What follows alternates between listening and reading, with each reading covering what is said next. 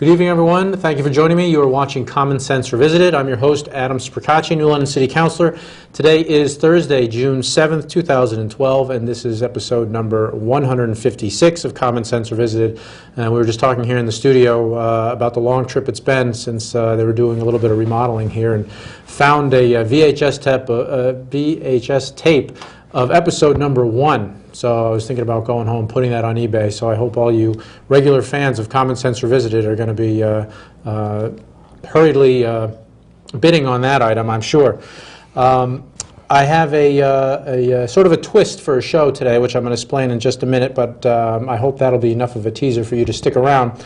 I do have a couple of announcements before we get into it, so I'm going to hurry up and go through those. But before I do, I just want to give a reminder, everybody, that starting next month in July, I'm going to still be on Thursdays, but I'll be moving to 5 p.m. So I'll be an hour earlier, and you'll have to adjust your auto record too, I'm sure, for all you faithful fans who have that. I'm going to go quickly through this, but you can see on the screen you have the website for New London Main Street, www.newlondonmainstreet.org, which is what I use to find all these events that are going on in downtown New London. They have a very good compilation of them. And I'm going to begin with this weekend, Saturday, June 9th. It's an open house across the state for all the state parks, and it's also included, or was also included in those open houses is Fort Trumbull. They are celebrating the statewide Connecticut Open House Day from 1 to 4 p.m. Next week, Saturday, June 16th, is the Juneteenth celebration at Kente Cultural Center. That's taking place from 11 to 2 p.m. Friday, July 6th is, of course, Op Sale and Sale Fest, and going on throughout the whole weekend of July 6th in downtown New London. Saturday, July 7th at the Hygienic, there's going to be an outdoor fine crafts and arts festival. Wednesday, July 11th, Ames Yacht Club is having a benefit regatta in support of Hospice of Southeastern Connecticut. That begins at 4 o'clock. Saturday, July 14th, Don't Miss the Boat is another event taking place down in the waterfront park. This is an effort to keep the buzz alive, if you will, coming off of SailFest and Op Sale. So there'll be some more boats in the downtown and waterfront park area on Saturday, July 14th. Saturday, July 21st is the Children's Fishing Contest, which takes place every year and occurs just before the Fishtails Tugs and Sails. Actually, they kind of blend together. And the Children's Fishing Contest is sponsored by the Neighborhood Alliance. That's taking place Waterfront Park from 9 to 1 p.m. Saturday, July 28th, the second annual Leukemia Cup Powerboat Poker Run is taking place at Waterfront Park beginning at noon. Saturday, August 4th is the 50th annual Ocean Beach John and Jesse Kelly 11.6-mile road race. And this almost killed me one year, so I don't know if I'm going to be doing it again anytime soon.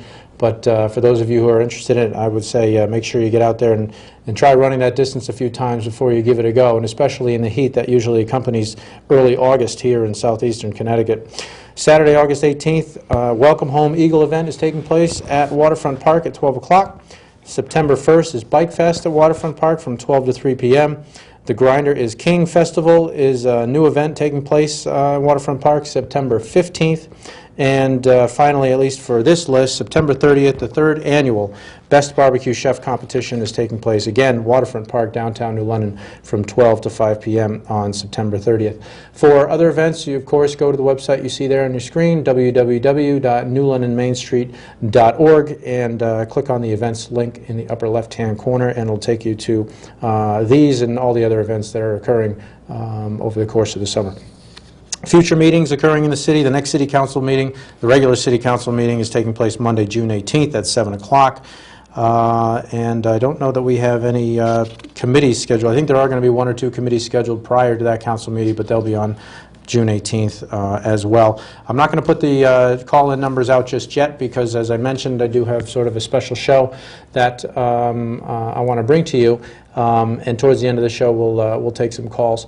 But Mary Jane did have my contact information up there, and I'm sure she'll show it again in time. If you have any questions for me that you don't want to call and ask on air, you can send them to me. My website is www.spracacci.com, and my email address is asprecacci@ci.new-london.ct.us.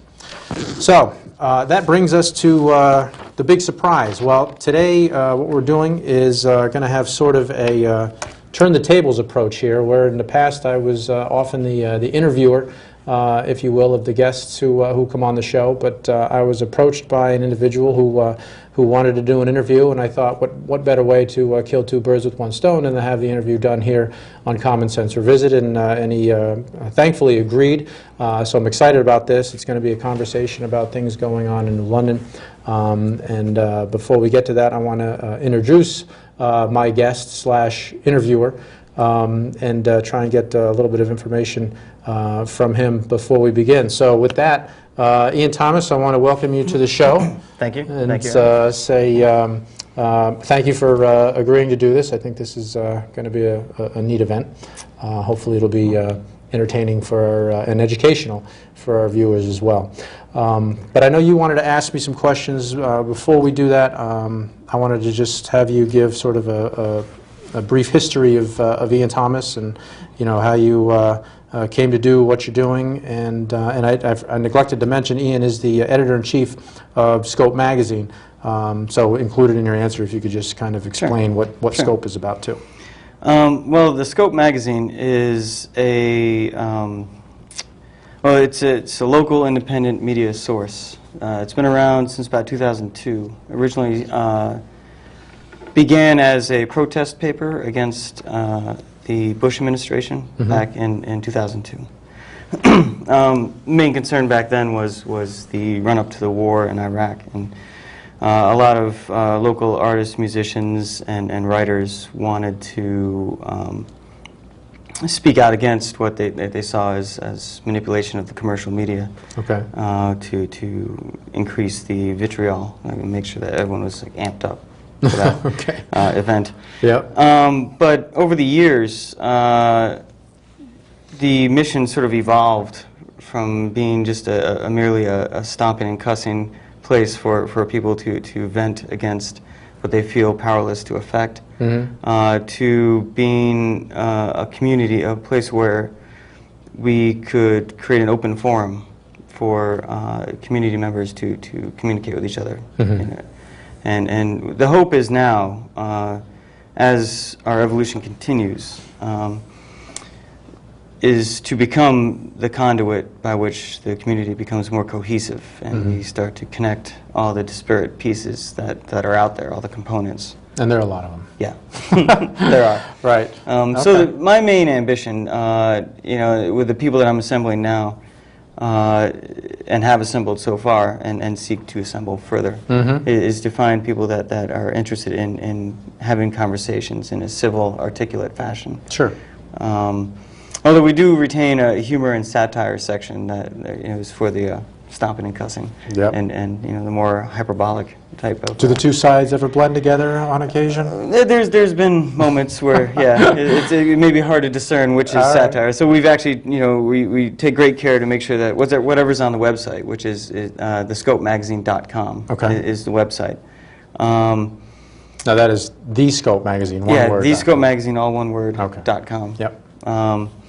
Yeah, we label the humor and satire pieces pretty, like right at the head of the piece. Yeah, all right. On the home page, whatever the freshest piece is that comes up with the title, with the headline and the author and the category of which it would fall into. We have news and opinion, arts, music, culture, commentary, and humor and satire.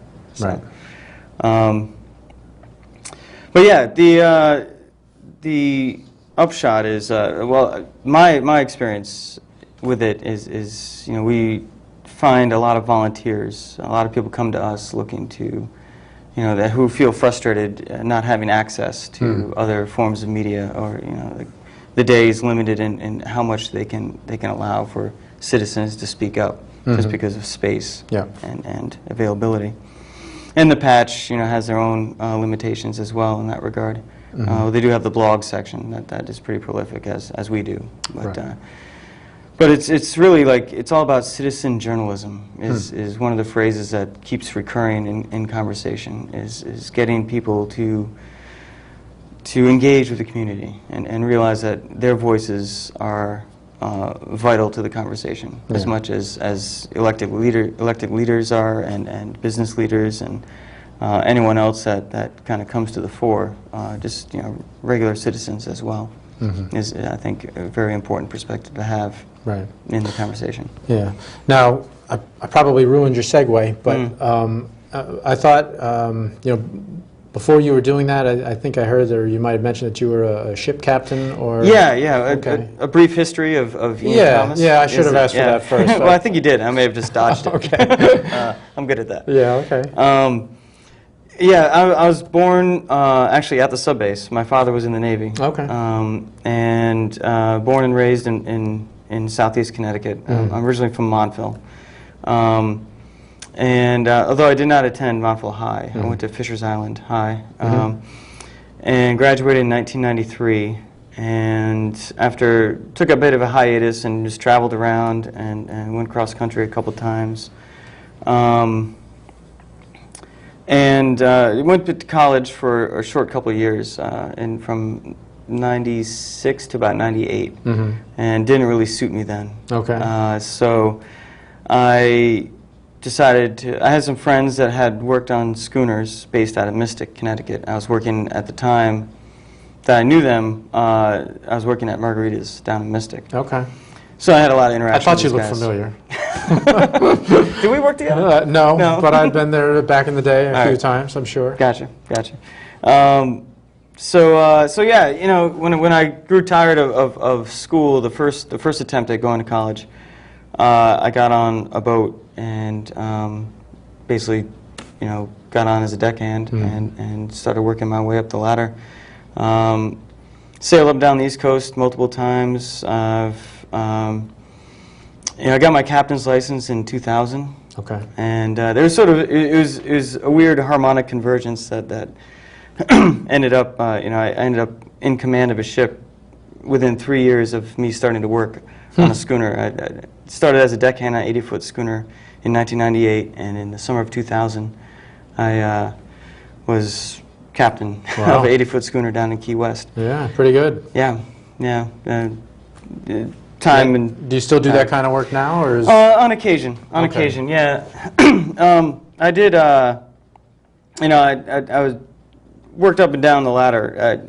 After that command ended in Key West, I went to another boat called the Pride of Baltimore II, and sailed in the Great Lakes and down to the Chesapeake, and but I was just second mate on that boat because it was a more complicated rig and you know, larger expanse of water to cover. Sure. You know, so I sort of, as quickly as I went up the ladder, I worked my way back down the ladder because you know, the burdens of command. You know, I was interested in going places and doing things, and I was not necessarily concerned with being the captain all the time. Right. So ended up in command of a ship out in the Vineyard in 2003, and did that for about 4 years. But around about that time, I was starting to get a little tired of the lifestyle. You know, constantly living out of a duffel bag and never really having a place of my own. Listening to sea shanties on that little organ.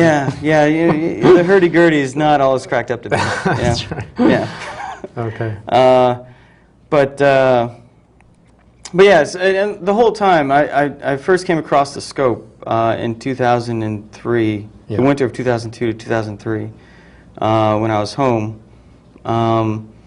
And I've always been a fan of independent media and you know, rather, I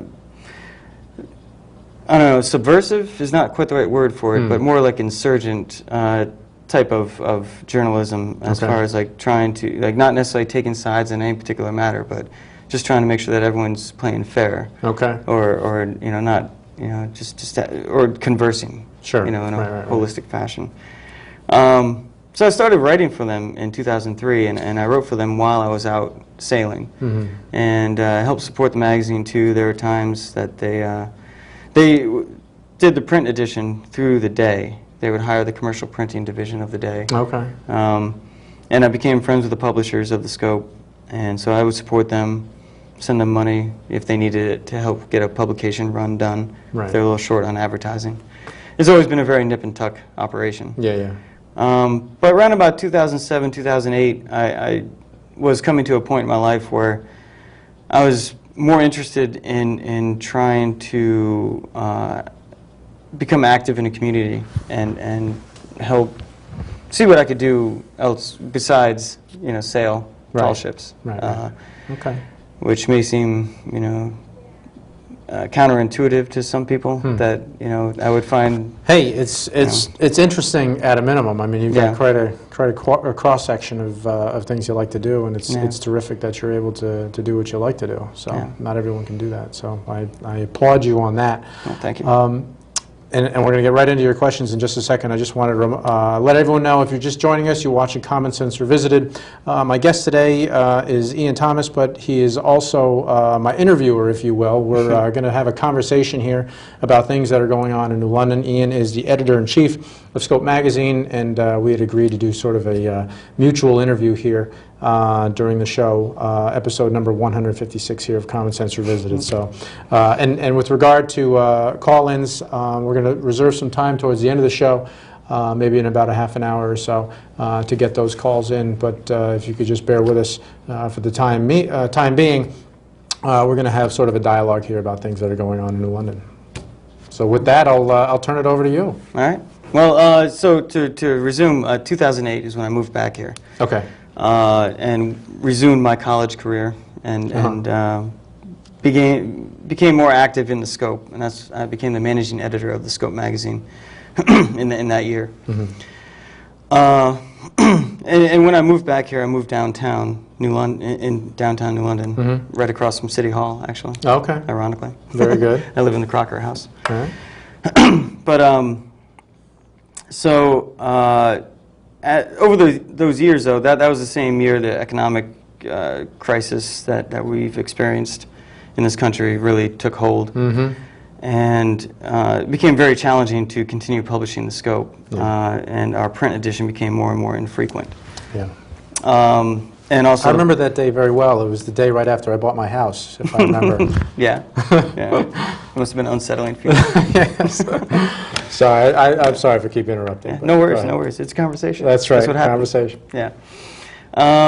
So yeah, the publishing partners also, we're getting older, and their significant others. The other two gentlemen who started, actually the original publishing partners of the Scope, were two guys named Derek Olson and Chris Keppel.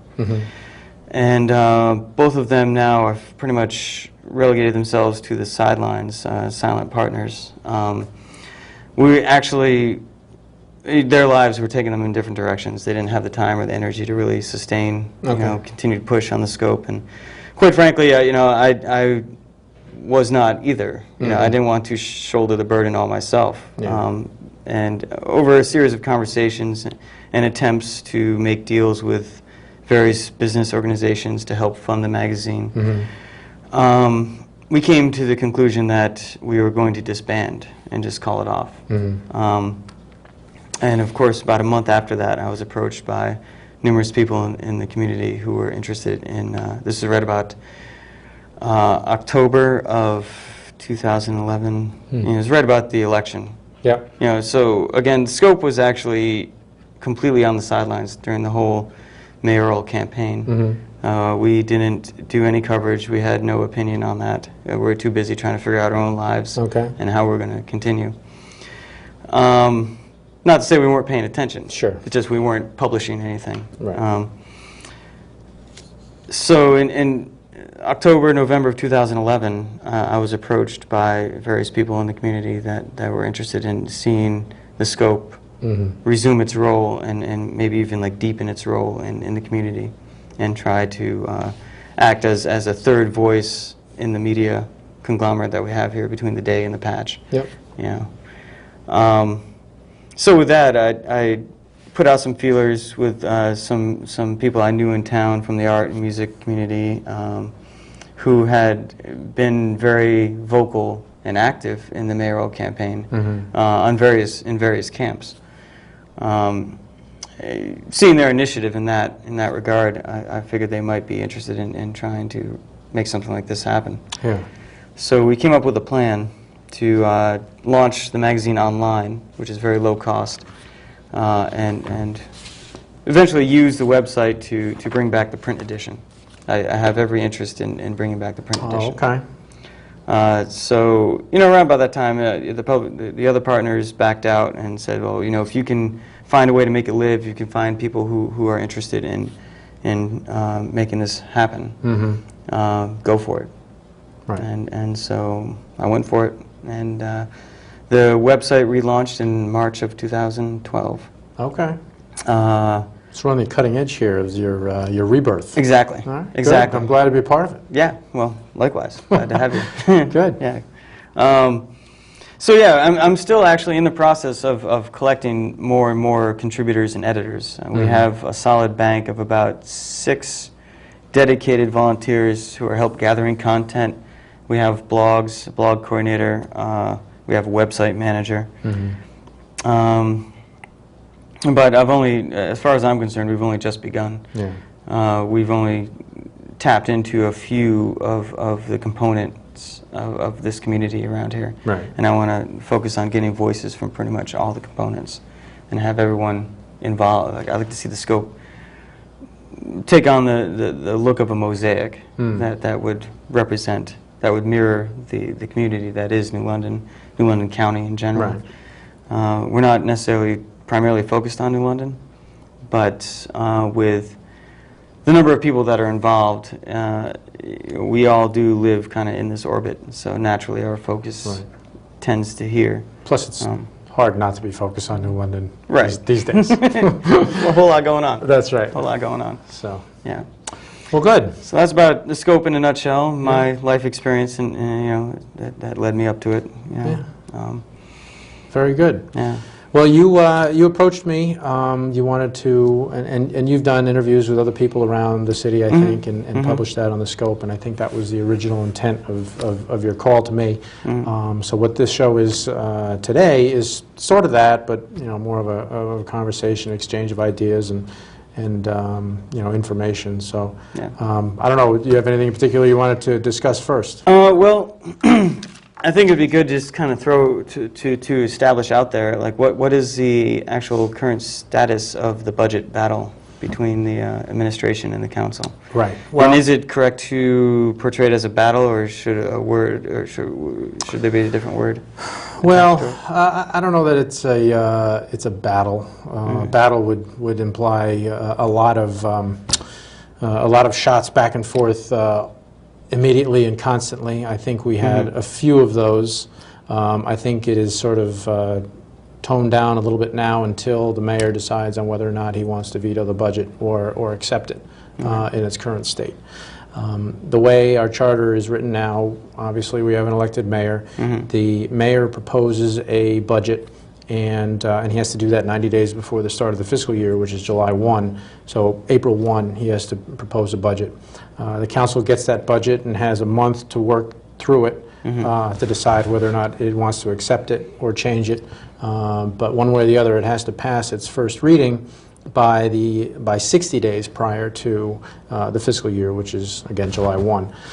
After it passes its first reading, it says this is where we think the budget's going to be. It goes to the, we set a public hearing that is, people are able to come and speak before the appropriating board. And the appropriating board is a combination of the city council and the finance board. It's a 7-member council and a 5-member finance board. So you got 12 members of appropriation board. And I'll explain their purpose in just a second. After they have that public hearing, the finance board then, or the Board of Finance, goes off and has a meeting to decide what their recommendations are for the budget. And they could say that they think the budget should be higher, or they think the budget should be lower. If they make a recommendation that they think the budget should be lower, that is where that appropriating board comes, if I remember the exact sequence properly. That is where the appropriation board comes in. Because if they recommend something that should be lower, then you need 8 members of that 12-member appropriating board to actually raise it to a level that the council had originally wanted, or to some other level that might be in between those two numbers. So there is some power on the part of the Board of Finance. They do get to make recommendations, and you do have to live with them, or else go get a pretty high threshold of votes necessary to change that. So after that is set, the council then has, prior to June 1st, which represents 30 days before the fiscal year begins, they have to have 2 more readings of the budget. And the way the charter is written, we can have those 2 remaining readings all at once, because you can dispense with the second or third reading of an ordinance by having a 5/7 vote. But the council decided unanimously to just do that second reading at one of the city council meetings in May, so that we could have more time. And I think this is right after the mayor announced the 25 layoffs in the fire department and the 10 layoffs in the police department. So there was obviously some, at least in my experience, surprised by that. And I know this is another bone of contention, talking about community conversation. Yeah. We have that, twice a month at the city council meetings, because you get people from both sides coming, which is the way it's supposed to work. And one side will say it was a total surprise, and the mayor's using this politically, and the other side will say he's only doing it because the council cut beyond what he thought would be necessary to avoid. So, I mean, I have a point of view on that, and I'm sure we'll get into it. But to finish, I'd definitely be curious to know your point of view on that. Sure. I'll dive right into that as soon as I finish this sequence. So after we do the second reading, we have to do the third reading by the end of May. Just remind me about that in case I forget. Yeah, sure. We have to do the third reading by the end of May, and just sort of a summary of what took place was that the council reaffirmed at each of the second and third readings the budget levels that it had identified in the first reading. No changes were made to the bottom line. So now we're in that 10-day veto period, and there's a little bit of a hiccup in that, because the way the charter is written, it says that the council must certify the ordinance to the mayor, and then the mayor has 10 days from that certification to either veto or accept.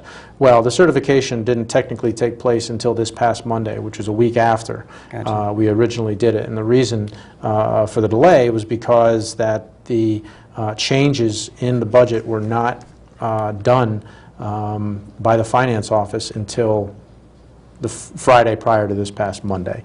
So, what would be the date on that? Just so we get... Oh, boy. June 1st? That would be June 1st. So June 1st, I think, is when the finance office provided That was the Friday before this Monday, so June 1st would be correct. There you go. See? Mary Jane's on top of it. You are listening. Don't tell me you're not listening, Mary Jane. Top notch. Top notch. That's right. Yeah. So June 1st is when we received the actual, what the mayor wants to do. This would be the administration's version of the budget? Well, it's supposed to reflect what the council did, and it did in bottom line. When you go through it, there are some discrepancies with how the mayor is moving people around, because one position in particular has to do with the administrative assistant to the mayor's office. That was one of the actual reductions. The entire salary was that the reduced. council put forth. That's right, that the council reduced, but in the budget that was received by the council from the finance office on June 1st, it's only a reduction of that position. The position is still in the budget. So depending on what the mayor does with the veto or not the veto, The finance committee... that's going to have to get addressed. The finance committee is a council? Well, no, Is it right now there's no... subsidiary of the council? It is. It's a 3-member committee of the city council, but that was passed by the council. Okay. That was a 7-member vote. I think it passed 5-2 was the overall, with those reductions in it. So that there's a bit of a hiccup there, and at that point, and that wasn't too deep into the budget. And I think what Council, I haven't seen it, but I think what Council President Passero did was, he recognized that. He recognized there might be other areas within the document that he received from the finance office that might not necessarily reflect what the council had voted on in committee level and then at the full council level. So he had, I think it was called a signing statement, something that basically identified, this is what we mean, and this is what I meant by signing this document. And so that was the certification, and that took place on Monday the 4th, I guess. And so technically, by charter, by law, that 10-day window started on June 4th. And so the mayor has until June 14th, I guess, to decide whether or not to veto the budget. Gotcha. So that brings us up to where we are. Where we go from here, if he accepts the budget, it is what it is. It's in place. There'll probably be some questions as exactly, what is included in the budget. Yeah. There'll be a little bit of that. But if he vetoes the budget, the council has the ability to override that veto, but it's a high bar. It's 6/7 vote. Yeah. That was one of the charter changes that took place last year. And if the council doesn't get that 6/7 vote, then obviously that's where some horse trading begins or something. Right. I mean, it's not the right term to be using, but somebody's going to have to make a decision, and some compromise is going to have to be made because you're at a standstill at that point. If the override goes through. No, if it doesn't go through. If it doesn't go through. Because then the council has to come up with a new number. Okay. If the mayor... So if the override does not succeed, if the mayor vetoes, Right. and the council would immediately go to an override vote. Attempt to, yeah. Yeah. And if that vote does not succeed, then the onus is on the council. To come up with a budget that the mayor can live with. Right. Right. So. And that's going to take some discussion. Yeah. Meanwhile, the clock is ticking. That's right. And Yeah. so that's why I think it would be in the best interest of the city that if the mayor is planning on vetoing this budget, he should do it immediately. Yeah. If he does take those 10 days and he does veto it on that 10th day, the council should then move immediately, even though Yeah. the council has 15 days Yeah. to overturn that or to vote on it. So in order to get that done as quickly as possible, I would think that if people are thinking that this is the way they're going to go, they should make those decisions as soon as possible, because we're only going to have about 15 days, of the second half of June to figure out what that compromise is going to be, because July 1st is the start of the fiscal year. Excuse me for a minute, I forgot to turn off. Oh, that's all right. Yeah, so July 1st is the start of the new fiscal year. Right. And if the budget is not settled by then, in some form or fashion, whatever the solution may be, Right. What happens then? Well, there is a provision in the charter that says that you can only spend 25% of any prior year's allocation for any line item